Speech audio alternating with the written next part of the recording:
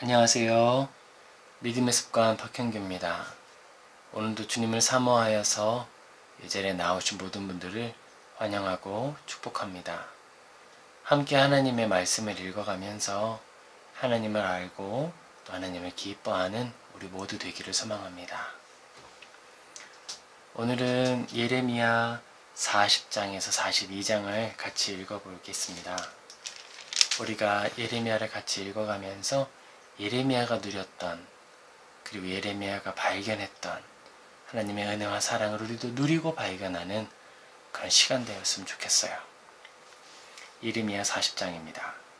사령관 느부사라단이 예루살렘과 유다의 포로를 바벨론으로 옮기는 중에 예레미야도 잡혀 사슬로 결박되어 가다가 라마에서 풀려난 후에 말씀이 여호와께로부터 예레미야에게 임하니라.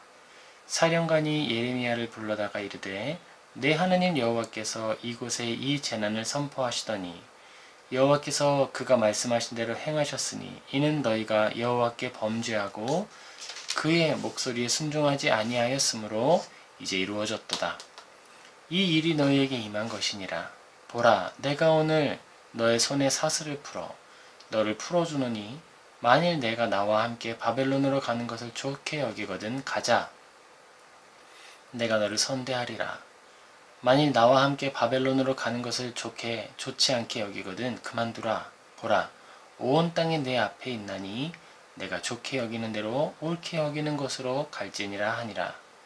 예레미야가 아직 돌이키기 전에 그가 다시 이르되 너는 바벨론의 왕이 유다 성읍들을 맞도록 세운 사반의 손자 아히감의 아들 그데랴에게로 돌아가서 그와 함께 백성 가운데 살거나 내가 옳게 여기는 곳으로 가거나 할지니라 하고 그 사령관이 그에게 양식과 선물을 주어 보내매 예레미야가 미스바로 가서 아히감의 아들 그데랴에게로 나아가서 그 땅에 남아있는 백성 가운데서 그와 함께 사니라.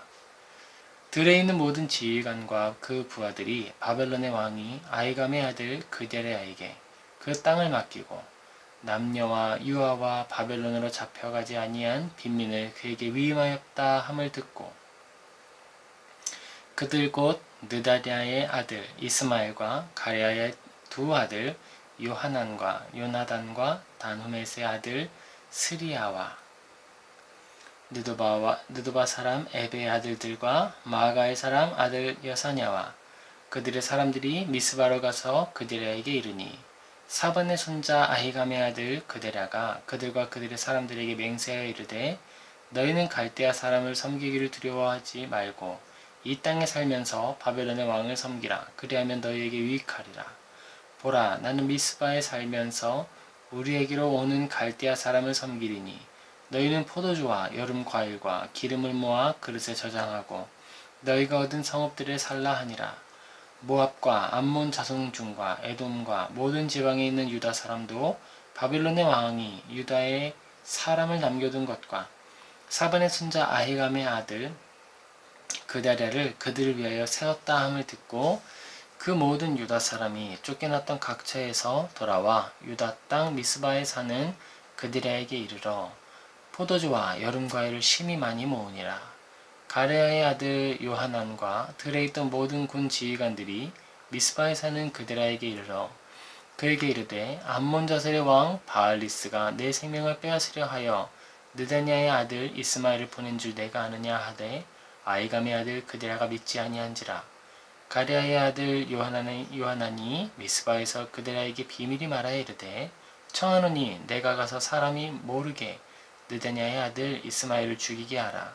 어찌하여 그가 내 생명을 빼앗게 하여 내게 모인 모든 유다 사람을 흩어지게 하며 유다의 남은 자로 멸망을 당하게 하랴 하니라. 그러나 아히감의 아들 그데랴가 가레아의 아들 요하난에게 이르되 내가 이 일을 행하지 말 것이니라. 내가 이스마엘에 대하여 한 말은 진정이 아니니라 하니라. 우리는 예레미야를 계속해서 읽어가고 있습니다. 우리가 예레미야를 통해서 발견하는 것들은 이런 것들이었죠. 예레미야 그의 입술에 주어진 하나님의 말씀, 그리고 예레미야의 이야기를 듣는 이스라엘 사람들, 그리고 예레미야와 똑같이 하나님의 말을 대언한다고 했던 사람들, 그리고 그들과 예레미야의 관계, 이런 것들을 발견했습니다. 그 속에서 우리는 재밌는 것을 발견하는데요. 이스라엘 사람들을 향해서 예레미야가 전할 때 예레미야 자체도 힘들어했어요. 하나님께서 그 땅 가운데 좋지 못한 것들을 지적하고 있다는 것을 예레미야는 계속 이야기를 했는데, 그것을 전하는 예레미야도 그 일이 쉽지는 않았다는 거예요. 먼저는 이스라엘 사람들의 목이 굳어져서 하나님의 말씀을 듣지 않았기 때문에 쉽지 않았고요. 또 다른 것은 그가 계속 심판을 이야기하기 때문에 듣는 이스라엘 사람도 듣기가 쉽지 않았습니다. 그리고 이미 이스라엘 땅에서 이스라엘 사람들에게 듣기 좋은 말을 했던 사람들도 있었죠. 예레미야와 같이 스스로 선지자라 말했던 사람들이었습니다. 그 사람들은 예레미야와 견해가 달랐어요. 그리고 예레미야를 향해서 비난하는 말과 그들이 가지고 있었던 권력을 가지고 핍박을 했습니다. 예레미야가 전하는 말이 사실이건 사실이 아니건 하나님의 그 다른 말씀들에 비추어 일치하는지 하지 않는지 검토해보는 건 관심도 없는 문제였어요. 그런 상황들의 반복이 예레미야서에서 나타난 예레미야의 삶이었습니다. 예레미야의 삶은 어땠을까요? 평탄하지 않고 쉽지 않았을 것 같아요. 그런 시간들이 길어지면 어떻게 됐을까요? 우리들은 어떨까요? 생각해보건대 하나님에 대해서 실망하게 되고 우리의 입술을 잘못 다스린다면 하나님께 좋지 못한 말로 입술에 죄를 짓지 않을까 합니다. 우리들이 고난 중에 있을 때 이러한 상황을 쉽게 예상해 볼 수 있는 것이죠. 고난도 또한 우리에게 유익하다는 하나님의 말씀을 알고 또 믿지만 실제로 그 고난, 그 환난 속에서 하나님의 선한 손길을 기대하며 머문다는 것, 입술을 다스려 침묵함으로 인내한다는 것은 대단히 어려운 일입니다. 특별히 그 가운데에 우리가 어떤 열매를 맺게 되는지도 또한 우리는 알고 있죠. 예레미야 40장에서는 그 오랜 시간을 견뎌온 예레미야가 어떤 모습으로 또 어떤 선택을 했는지 보게 돼요. 마침내 하나님께서 예레미야에게 하셨던 말씀을 이루셨어요. 심판하셨고요. 그 땅 가운데 사람들을 흩으셨습니다. 예레미야의 입장에서는 이제 하나님이 일하셨다. 거봐라. 하나님이 이렇게 일하신다. 나는 하나님의 말씀을 손에 쥐었고 입에 담았던 선지자다. 이렇게 생각할 수 있었을 거예요. 그리고 이제 사령관이 예레미야에게 너의 좋은 대로 선택해라. 네가 나를 따른다면 내가 너를 선대하겠다. 이런 말을 들었을 때 심판과 재앙이 있었던 그 땅은 뒤도 돌아보기 싫었을 수도 있었을 것 같아요. 기억해보면 진흙탕이 있었던 우물물에 들어간 적도 있었고 감옥들에서 지냈던 적도 있었고 얼마나 많은 어려움과 핍박이 있었습니까? 하나님의 말씀을 대언하는 것은 또 쉬운 일은 아니었죠. 하나님께서 수치를 당하게 하시고 낮아지는 모습을 통하여 이스라엘의 아픔을 드러내게 하셨습니다. 그런데 그 모든 시간이 예레미야에게는 하나님의 마음을 알아가는 시간이 되었어요. 그가 애끓는 마음으로 이스라엘을 향해 말했던 것들, 말하지 않으리라 했을 때에 마음에 불일는 것 같아서 말을 할 수밖에 없었던 그 말들, 그리고 하나님께서 행동들과 모습들로 알려주셨던 하나님의 마음과 그 사랑. 예레미야는 하나님께 조금씩 젖어 들어갔습니다.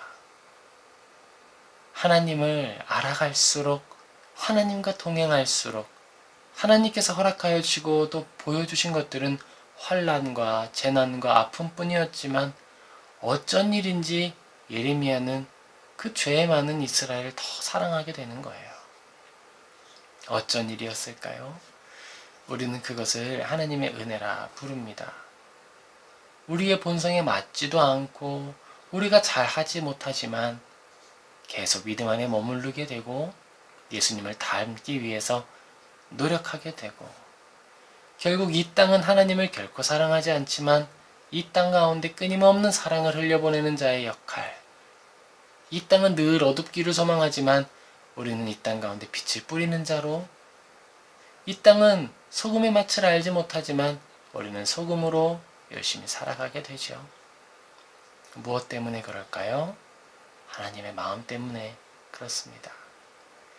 예레미야는 반역한 백성 이스라엘이 아직 그 땅에 남아있는데 그 자리로 가기를 원해요. 그들과 함께하기를 소망합니다. 어디로 갈래? 라고 하는 질문에 그 땅의 사람들을 바라보는 거예요.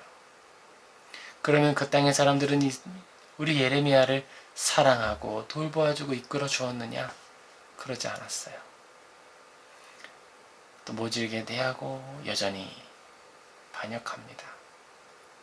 그러나 이스라엘 사람들을 향한 하나님의 사랑은 끝나지 않았고 그들과 함께 있으려는 예레미야의 여정도 끝나지 않습니다. 우리는 그런 것들을 발견하게 되죠. 우리에게도 예레미야처럼 하나님을 조금씩 알아가고 하나님의 그 마음을 닮아가서 주님을 사랑하는, 주님의 사랑을 전하는 그리스도인 되기를 소망합니다. 계속해서 예레미야 41장 우리 같이 읽겠습니다. 일곱째 달에 왕의 종친 엘리사마의 손자여 느다냐의 아들로서 왕의 장관이 이스마엘이 10사람과 함께 미스바로 가서 아히감의 아들 그데랴에게 이르러 미스바에서 함께 떡을 먹다가 느다냐의 아들 이스마엘과 그와 함께 했던 10사람이 일어나서 바벨론의 왕의 그 땅을 위임했던 사반의 손자 아히감의 아들 그데랴를 칼로 쳐 죽였고 이스마엘이 또 미스바에서 그데랴와 함께 있던 모든 유다 사람과 거기에 있는 갈대아 군사를 죽였더라. 그가 그데랴를 죽인 지 이틀이 되었어도 이를 아는 사람이 없었더라. 그때에 사람 80명이 자기들의 수염을 깎고 옷을 찢고 몸에 상처를 내고 손에 소재물과 유향을 가지고 세겜과 실로와 사마리아로부터 와서 여호와의 성전으로 나아가려 한지라. 느다냐의 아들 이스마엘이 그들을 영접하러 미스바에서 나와 울면서 가다가 그들을 만나 아히감의 아들 그데랴에게로 가자 하더라. 그들이 성읍 중앙에 이를 때에 느다냐의 아들 이스마엘이 자기와 함께 있던 사람들과 더불어 그들을 죽여 구덩이 가운데 던지니라. 그 중에 10사람은 이스마엘에게 이르기를 우리가 밀과 보리와 기름과 꿀을 밭에 감추었으니 우리를 죽이지 말라 하니 그가 그치고 그들을 그의 형제와 마찬가지로 죽이지 아니하였더라. 이스마엘이 그데랴에게 속한 사람들을 죽이고 그 시체를 던진 구덩이는 아사왕이 이스라엘의 바사왕을 두려워하여 팠던 것이라. 느다냐의 아들 이스마엘이 그가 쳐 죽인 사람들의 시체를 거기에 채우고 미스바에 남아있는 왕의 딸들과 모든 백성 곧 사령관 느부사라단이 아히감의 아들 그데랴에게 위임하였던 바 미스바에 남아있는 모든 백성을 이스마엘이 사로잡되 곧 느다냐의 아들 이스마엘이 그들을 사로잡고 암몬 자손에게로 가려고 떠나니라.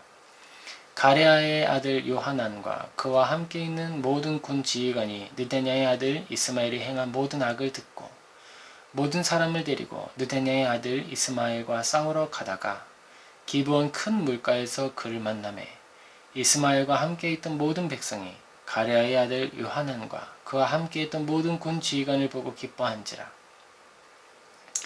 이에 미스바에서 이스마엘이 사로잡은 그 모든 백성이 돌이켜 가레아의 아들 요하난에게로 돌아가니 느다냐의 아들 이스마엘이 8사람과 함께 요하난을 피하여 암몬 자손에게로 가니라. 가레아의 아들 요하난과 그와 함께 있던 모든 군 지휘관이 느다냐의 아들 이스마엘이 아히감의 아들 그데랴를 죽이고 미스바에서 잡아간 모든 남은 백성 곧 군사와 여자와 유아와 내시를 기브온에서 빼앗아 가지고 돌아와서 애굽으로 가려고 떠나 베들레헴 근처에 있는 게롯 김함에 머물렀으니 이는 느다냐의 아들 이스마엘이 바벨론의 왕이 그 땅을 위임한 아히감의 아들 그데랴를 죽였으므로 그들이 갈대아 사람을 두려워함이었더라. 아멘. 예레미야 41장에는 심판이 이미 임하였고 하나님의 뜻이 분명하게 드러났음에도 불구하고 하나님께 순종하지 않는 이스마엘이 등장합니다. 하나님께서 일을 행하셨고 또 그걸 분별할 수 있는 눈이 있어요. 다른 사람들은 다 알고 있습니다. 그런데 이스마엘은 눈을 가리웠어요. 스스로 보기를 원하지 않았습니다. 시대를 바로 보지 않았고 하나님께서 행하신 일들과 일을 행하시는 하나님이 약속하셨고 또 일하실 때 알리시거든요. 그 알리신 방식에 대해서 알기를 원하지 않는 거예요. 오늘 이 말씀에 대해서 우리는 어떻게 생각할 수 있을까?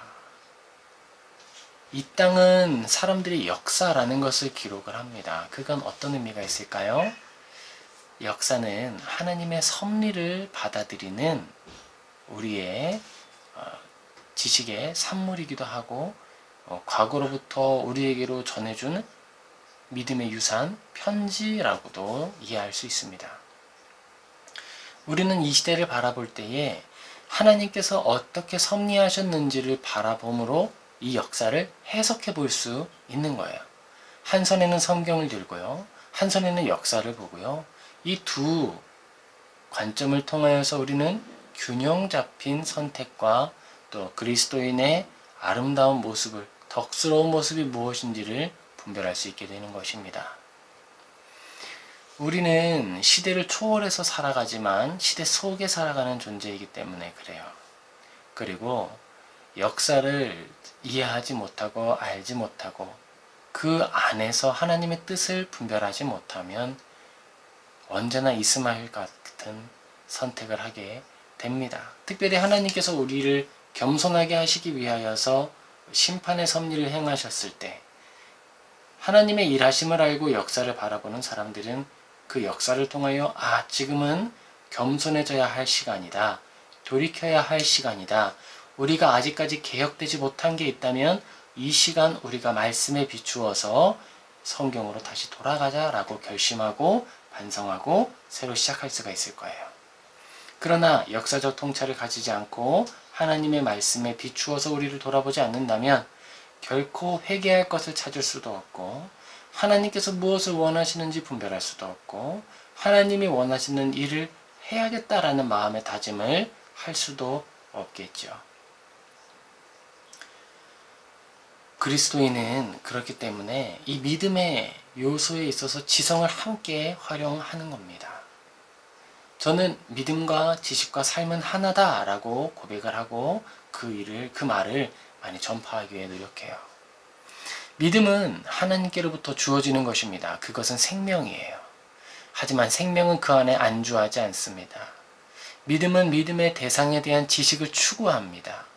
하나님을 사랑하게 하셨으니 이제 그 사랑의 대상이 누구이고 그가 무엇을 기뻐하는지 알기를 원하는 거예요. 우리가 아내를 사랑하고 남편을 사랑할 때에 사랑하는 마음만 있고 그가 무엇을 기뻐하는지 알기를 원하지 않는다면 그것이 참된 사랑으로 나아갈 수 있을까요? 그렇지 않습니다. 우리는 하나님께서 주신 믿음을 손에 쥐었고 이제 그 믿음은 우리를 감동하여 우리에게 하나님에 대해 알도록 하는 거예요. 그리고 우리 안에 선물로 주어진 믿음과 하나님의 은혜를 따라 우리가 얻은 하나님에 대한 지식은 사람을 바라보며 사랑하게 하고 삶을 살아가게 합니다. 이제 해야 할 일이 무엇인지 아는 거예요. 그리고 믿음을 따라 그 행동의 동기도 부여됩니다. 우리는 이스마엘과 같은 사람이 되지 않아야 하겠습니다. 시대를 분별하고 때를 분별하고 깨어서 하나님의 말씀을 따라가는 자. 이제 포로가 되어 끌려가라 할 때에는 겸손한 모습으로 쇠고랑을 차고 끌려가고 그 땅에서 번성하라 할 때에 하나님의 뜻을 따라 번성하고 다시 돌아오게 하실 그분의 손길을 기약하며 믿음의 후손을 준비시키는 그 길을 감당하는 것이죠. 하나님께서 우리에게 주신 말씀을 부지런히 활용하는 것이 우리가 감당해야 할 의무이고 우리가 하나님을 사랑하는 방법의 하나입니다. 예레미야 42장 같이 읽겠습니다. 이에 모든 군대의 지휘관과 가레아의 아들 요하난과 호사야의 아들 여사냐와 백성의 낮은 자로부터 높은 자까지 다 나와 선지자 예레미야에게 이르되 당신은 우리의 탄원을 듣고 이 남아있는 자를 위하여 당신의 하나님 여호와께 기도해 주소서.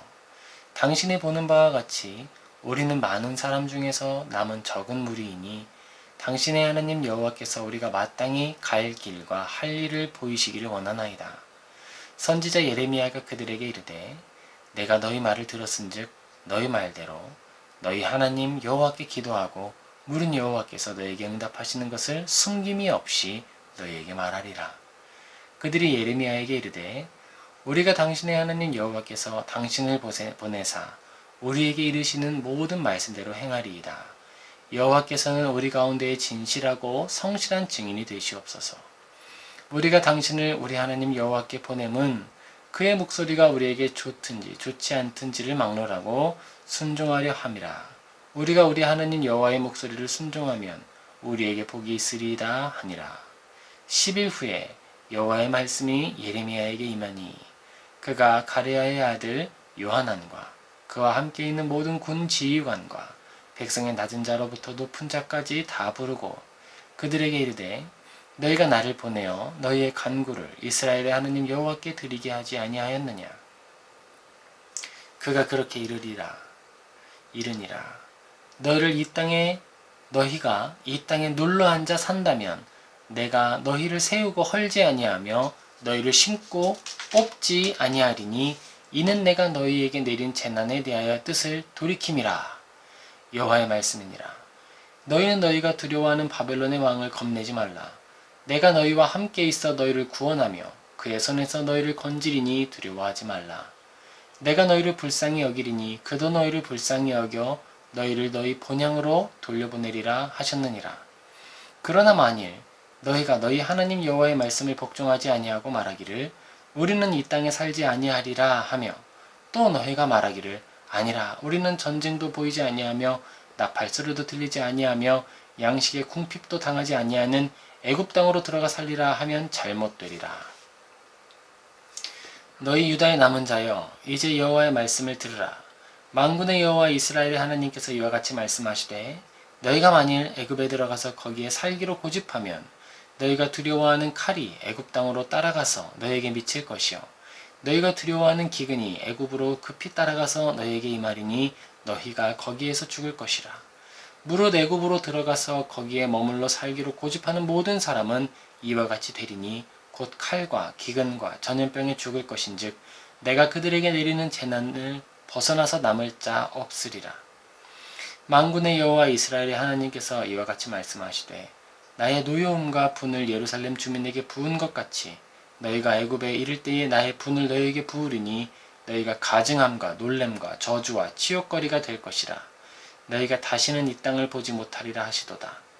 유다의 남은 자들아 여호와께서 너희를 두고 하신 말씀에 너희는 애굽으로 가지 말라 하셨고 나도 오늘 너희에게 경고한 것을 너희는 분명히 알라. 너희가 나를 너희 하나님 여호와께 보내며 이르기를 우리를 위하여 우리 하나님 여호와께 기도하고 우리 하나님 여호와께서 말씀하신 대로 우리에게 전하라. 우리가 그대로 행하리라 하여 너희 마음을 속였느니라. 너희 하나님 여호와께서 나를 보내사 너희에게 명하신 말씀을 내가 오늘 너희에게 전하였어도 너희가 너희의 하나님 여호와의 목소리를 도무지 순종하지 아니하였은즉 너희가 가서 머물려고 하는 곳에서 칼과 기근과 전염병에 죽을 줄 분명히 알지니라. 아멘. 예레미야는 하나님과 동행할수록 점점 더 하나님의 마음을 알았어요.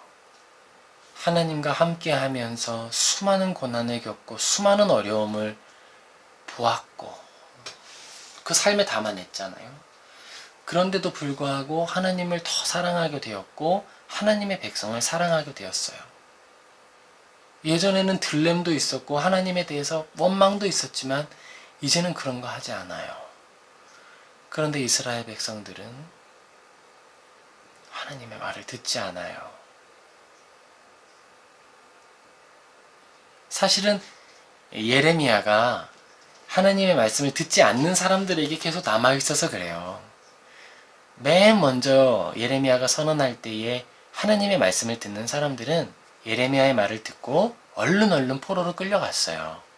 1차 포로로 끌려갔던 다니엘이 그런 사람이었죠. 끌려간 자리에서 예레미야의 말을 또 들었습니다. 그리고 예레미야가 포로로 끌려가는 사람들에게 글을 적어서 얼른 또 쥐어주었거든요. 너희들은 그 땅에서 생육하고 번성하여라. 하나님이 돌이키실 것이다. 다시 불러 모으실 것이다. 소망을 가져라. 그리고 다니엘은 그 땅에 가서 70년을 헤아리고 하나님의 세우신 토성 그 약속의 땅을 바라보며 또 절을 하고 예배하며 이제 때가 찼고 70년이 되었고 우리가 돌아갈 때가 되었다라고 이야기합니다. 그리고 다니엘은 그 마중물이 되어서 이스라엘 사람들이 포로로부터 돌아올 수 있도록 역할을 감당했죠. 지금 이스라엘 이 약속의 땅에 남아있는 사람들은 끝까지 하나님을 배신하고 반역하고 말을 듣지 않는 사람들이에요. 그들이 말합니다. 예레미야 선생님, 당신이 하나님의 사람인 줄 알아요. 우리에게 이야기를 해주세요. 진짜 들을 겁니다. 그런데 우리가 그 사람들의 마음을 바라보면서 이야기를 할 수가 있죠. 이게 어떤 것이죠? 답정너 이렇게 표현할 수 있을까요? 답은 정해져 있어. 너는 우리가 듣고 싶은 말을 해봐.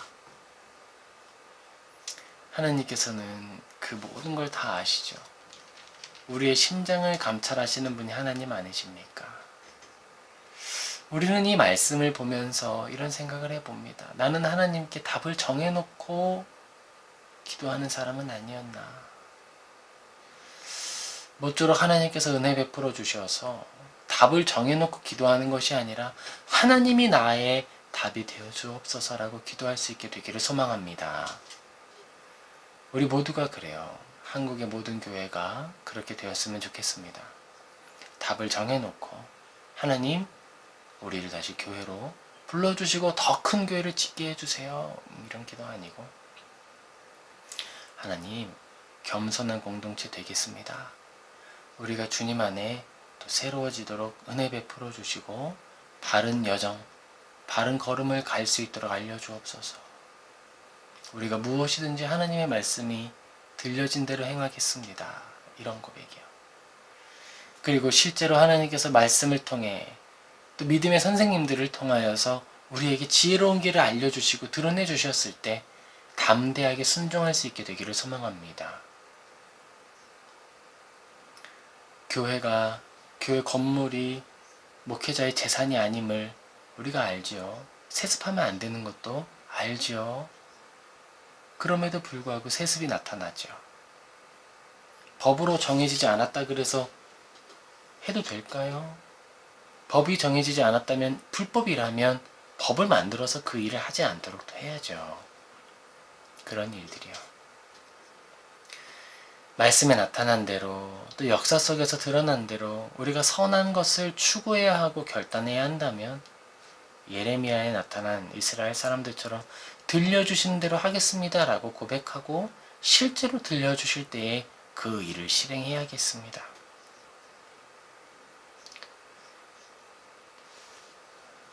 그렇게 하면 어떻게 살까 고민하시는 분들 계시겠죠. 제가 한 목사님을 알아요. 저하고 가까운 분입니다. 명절 때마다 찾아뵙죠. 교회를 개척하시고 개척하신 교회에서 은퇴하셨어요. 은퇴하실 때에 다 깔끔하게 정돈하시고 인사하시고 떠나오셨습니다. 은급에 대해서 뭐가 이렇게 불필요한 이야기를 하지 않으셨어요. 물론 어렵게 하는 사람이 있었습니다. 그래서 노회로부터 도움을 받아서 회방하는 사람들, 악한 마음을 가지고 대적하는 사람들에 대해서 적절한 도움을 받았어요. 그리고 나서 은퇴를 하시고 떠나오셔서 시골에서 사시는데 생계가 안 되죠. 생계가 안 돼요. 중간에 설교하러 한 번씩 가시는 일도 안 하시거든요. 어떻게 사시느냐? 그 지방에 가니까 어르신들을 위한 어르신들 일자리가 또 있는 거예요. 평생 목회하시고 수고하시고 개척하신 그분이 지금은 그 일을 하시며 사시는 거예요. 3개월 계약직, 2개월 계약직 하시면서 생계를 이끌어 가시는 거예요. 그 자녀들이 이렇게 좀 부양해 드릴 수 있고 도와드릴 수 있으면 너무 좋은데 미약해요. 오히려 그분들은 2달, 3달 그렇게 노인 일자리를 열심히 수행하시고 소득을 얻으셔서 자녀를 또 도와주세요. 정직하게 살으라고. 부교역자로 살아가는 삶이 어떤지를 아니까 버텨 쓰라고 보내주신다고요. 그 많이 버시느냐? 그렇게 2개월, 3개월 계약직으로 근무하셔서 버시는 돈이 100만원, 110만원 그 내외입니다. 우리는 수고스러운 길을 가겠죠. 정직하게 목회하시고 정직하게 은퇴하신 분의 끝이 어떻게 되는지 저는 보고 있어요. 하면서 각오를 하기도 합니다.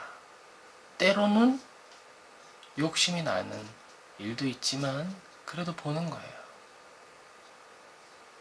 하나님의 사람이 말씀을 따라 정직하게 선택하고 살아갈 때에 나타나는 영광, 그것은요 늘 경건할 수 있고 늘 떳떳할 수 있고 늘 바른 말을 할 수 있다는 거예요. 바르게 살면 성경에 나타난 모든 말을 가감없이 다 할 수 있습니다. 나에게 이것은 걸림이 되지 않을까? 내가 이 말을 하면 나중에 손해보지 않을까? 이런 염려는 없는 거예요. 예레미야가 언제 이 말을 하면 사람들이 나에게 돌을 던지고 나를 우물에 던지겠지. 그러니까 안 해야 되겠지. 잠깐 그런 생각도 한 적이 있었겠죠. 하지만 할 수밖에 없었죠. 그리고 했더니 하나님을 알고 하나님의 마음을 헤아릴 수 있었죠. 이것은 설교자가 드리는 복일 뿐만 아니라 성도의 복이기도 합니다. 믿음대로 살아가기를 힘쓸 때, 그리스도인으로 살아내기를 힘쓸 때 얻을 수 있는 복이죠. 하나님과 동행할 수 있고 하나님이 숨기시지 않는 그 은혜를 누릴 수 있다는 것. 이제 우리가 예레미야를 읽어가고 있는데요. 그 은혜가 우리에게 있기를 소망합니다. 하나님이 우리 안에 살아계시고 하나님이 나를 붙드시는 그 은혜에 매이는 것. 하나님으로 소망 삼고 다른 것을 소망 삼지 않는 그 은혜가 저와 우리 모두에게 늘 충만하기를 주님의 이름으로 축복합니다. 기도하겠습니다.